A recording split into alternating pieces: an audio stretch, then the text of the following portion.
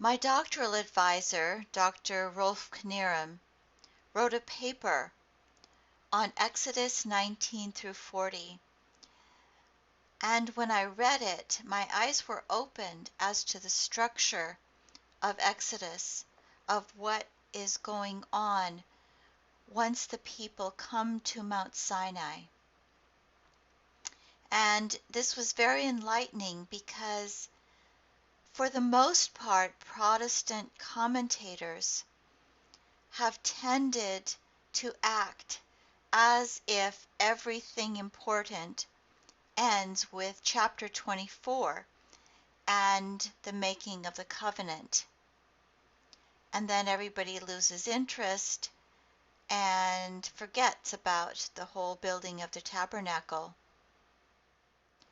And what the structure does, as we will see, is it shows us that the story does not actually end until Exodus 40. And even there it points forward.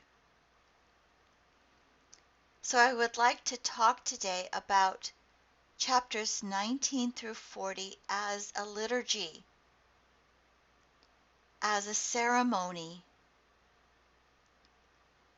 because in it there is a ceremony of up and down movements of Moses between God and the people, where Moses acts as the mediator.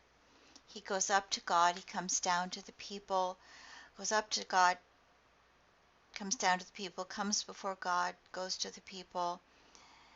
And this is repeated numerous times.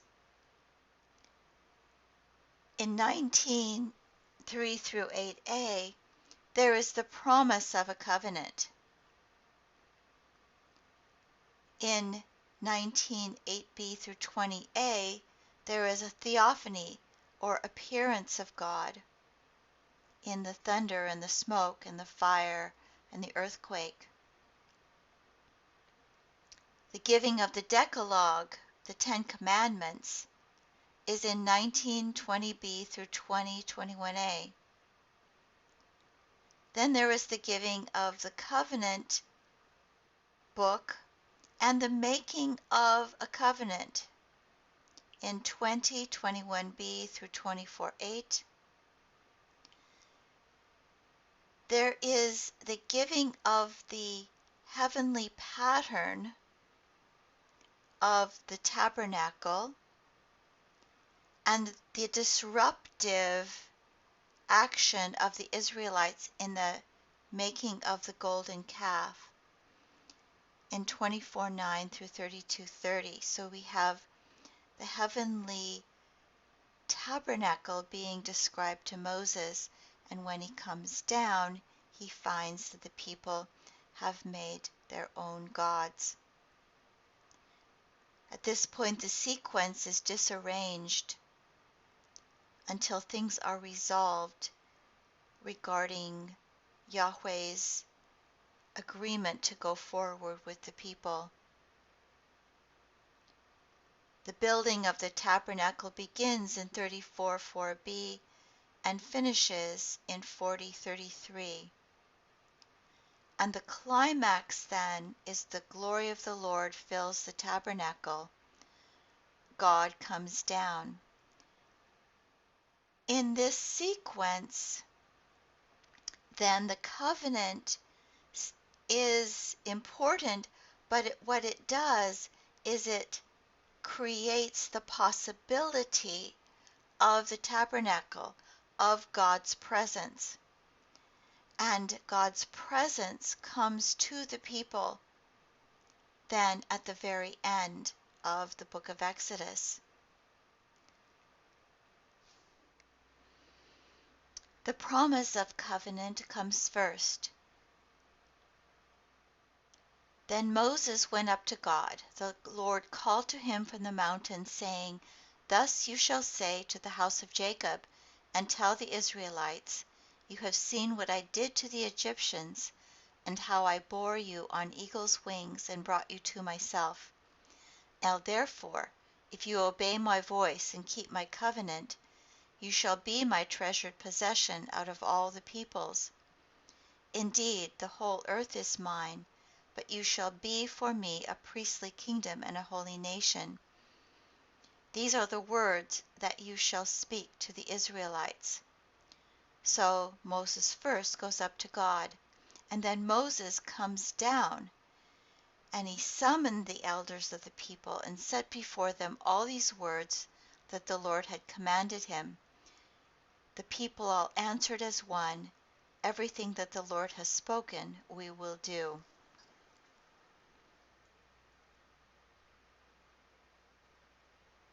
Then Moses goes back up to God.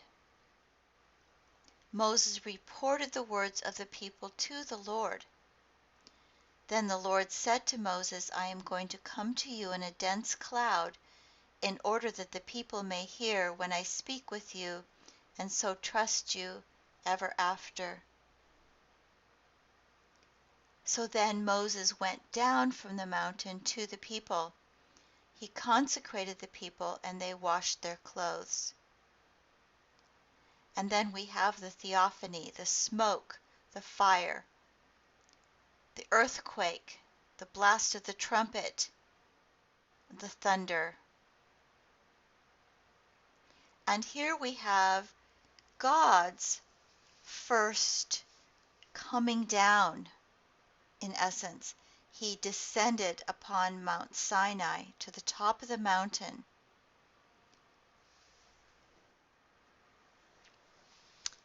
The next part of the ceremony is the giving of the Decalogue. So Moses went up at God's command, and God says to Moses, "Go down and warn the people not to break through the boundaries of the permitted limits on Mount Sinai, for the people are not permitted to come up to Mount Sinai." So Moses went down to the people and told them, and it is at this point that the Decalogue, or the 10 Commandments, are given to the people. After the giving of the 10 Commandments, the Decalogue, Moses drew near to the thick darkness where God was, and God proceeds to give Moses the covenant book. These are the laws, the commands that follow. At this point, Moses comes back down, and he tells the people all the words of the Lord and all the ordinances. And all the people answered with one voice and said, "All the words that the Lord has spoken we will do." And Moses wrote down all the words of the Lord. He rose early in the morning and built an altar at the foot of the mountain, and set up 12 pillars corresponding to the 12 tribes of Israel. So again, a drawing near to God and a coming back to the people and the making of covenant.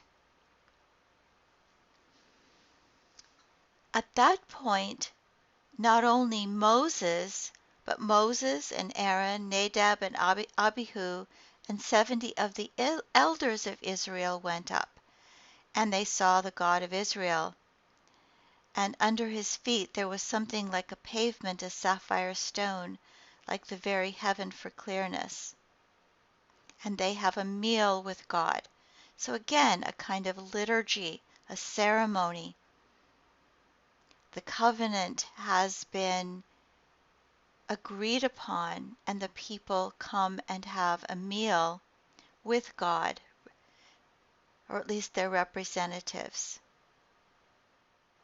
But then Moses goes further up the mountain, and the cloud covered the mountain. The glory of the Lord settled on Mount Sinai, and the cloud covered it for 6 days. On the 7th day he called to Moses out of the cloud.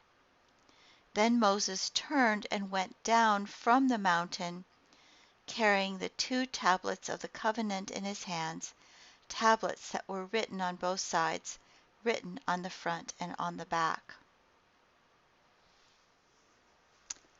God has given Moses the plans for the tabernacle, but then he warns Moses that the people are up to mischief, and so Moses goes down the mountain. He discovers that the people have created a calf in order to worship it.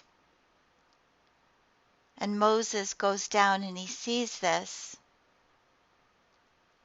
and then he returns to the Lord and says, "At last this people have sinned a great sin. They have made for themselves gods of gold. But now if you will only forgive their sin, but if not, blot me out of the book that you have written." And then you have this sort of insertion, this little interlude, where it talks about Moses taking a tent, pitching it outside the camp, and everyone who sought the Lord would go out to the tent of meeting, which was outside the camp. So the sequence is kind of disarranged. But then Moses goes back to the Lord and he says, "See, you have said to me, bring up this people, but you have not let me know whom you will send with me." So Moses going to the people is a little bit disruptive. He's going up to God multiple times. And finally he cuts 2 tablets of stone like the former ones. And he rose early in the morning and went up on Mount Sinai as the Lord had commanded him, and took in his hand the 2 tablets of stone.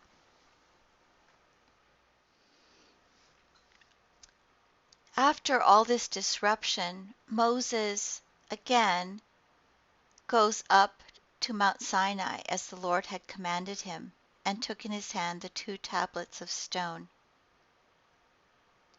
And it is there that God gives further commands. In a sense, God renews the covenant by giving instructions for what is to be done when the people are in the land. And then Moses comes down again from Mount Sinai, and he gives the instructions to the people. And it is at this point that the people begin the construction of the tabernacle. When all of this is finished, the climax comes as the glory of the Lord fills the tabernacle. God comes down to be with the people. Then the cloud covered the tent of meeting, and the glory of the Lord filled the tabernacle. So again,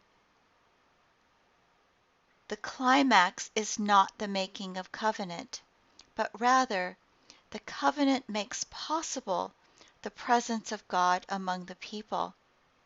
When the covenant is broken by the creation of the golden calf, God again must renew the covenant in chapter 35.